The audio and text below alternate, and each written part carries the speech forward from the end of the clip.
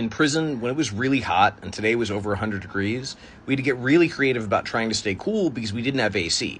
So we'd make swamp coolers, we'd try to put a wet rag or a wet washcloth in front of the fan, we'd try to get ice from the ice machine downstairs. We were locked down, we couldn't do it, but as long as the doors were open, a lot of the prisons had ice machines. So we'd load up buckets full of ice, we'd stick it in front of our fan, and we'd try to figure out a way to have that cool air blowing on us. A lot of times we'd just drape a sheet over the ice and then over the fan, so it'd kind of capture the cool air and then hopefully blow it on us.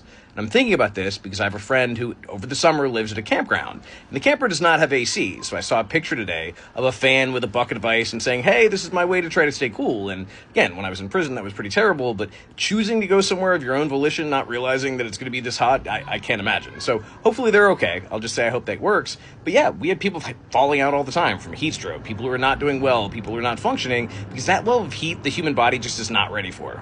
I had to pause the video because a plane just flew overhead and it got really loud.